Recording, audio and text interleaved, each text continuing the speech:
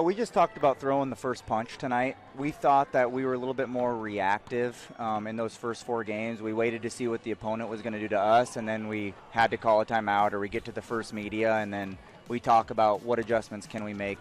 So it was a big emphasis after our last road trip to Missouri and to Hammond, Indiana, to let's throw the first punch and make the opponent respond to us. We did a great job of that.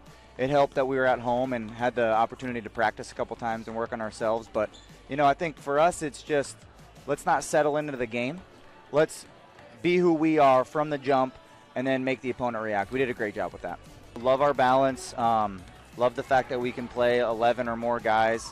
And it feels like in these first 5 games it's always a different guy that's stepping up. Now at the same time, Kyle's been awesome for us. And Kyle's shown up to every game, and the stats speak for themselves, but it's his leadership, and I've talked about that with a lot of people. It's his leadership that we rely heavily on. Tonight he gets another double-double. And played less minutes actually than he's normally accustomed to. He played only 33 minutes tonight. And but the biggest thing, and I know it's a little bit of an overused stat, but Kyle and Trey Lewis play the most minutes on our team tonight, and then they're both plus 20. So I just think that's at the end of the day, if you're in the game and the score's going up for us and down for the opponent, you're going to keep playing.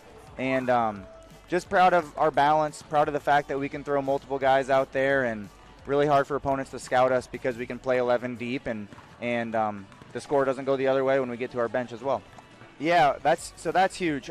We need to be good at both. We need to be good in transition. And like you mentioned, I mean, for the first 35, 36 minutes of the game, we want to live in transition. We call them early kick-aheads. We want to kick the ball ahead and get into that next action in 0 seconds. And we talk about 0-second decisions all the time. But at the end of games, when you have a comfortable 8 to 12-point lead, it is about a little bit time and score more. And being able to execute in the half court, being able to execute our half court sets, but also our flow game, and then understanding where the mismatch or the matchups might occur that we want to take advantage of. We did an awesome job of that against Purdue Northwest the last game, and then we did a great job of it tonight too. So we got to continue to improve, but it's great that we can play in the half court and the full court and have success. Well, I've learned that we are very connected and we're very tough. I think we're tough physically. I think we're tough mentally. They can move on. Our players can move on very quickly. They're very good communicating with each other, and that shows their connectedness. And so I've learned that about our team. I've always kind of thought that since we got rolling in late August, early September, that we could be a very connected team. We're definitely that.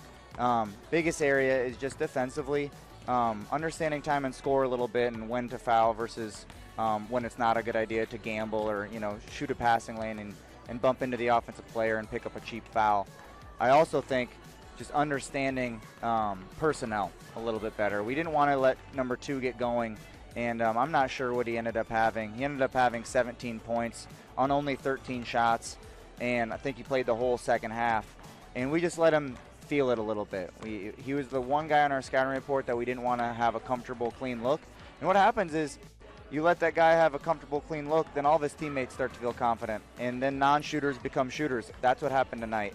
And so I would really like to see us make a ton of growth over these next few days, and I know it's going to be a longer term than that, but of understanding how to guard and understanding what knowing your personnel means and taking away the best player. It's something I want to hang our hat on defensively. Obviously, when we have 19 assists to 6 turnovers offensively, that can kind of overcome a lot of the defensive lapses, but I think the offense, as it always does, it'll come and go based on making or missing shots. Our process is right. Defensively, our process just isn't there, and it is a little bit frustrating, but we are a new team, and we'll sort that out as the season progresses. Yeah. Feels great, bro. I was looking forward to it. Yeah, it's great to get a win on your first game on your home floor and to always protect home court, and yeah, just great. Great to see the fans and great to get a win in my first game in Dorman.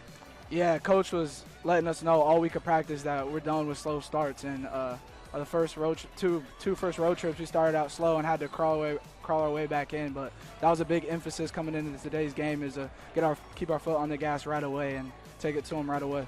We're always in practice preaching kick the ball early ahead and just hit the open man and make the simple play. So yeah, we share the ball well, and we don't care who scores on any given night. We're always going to keep the ball moving and hit the open man. We got big goals. Big goals is to win a conference championship and make a run in the NCAA tournament. That's the goal. Always been the goal since day one, and we're looking forward to it.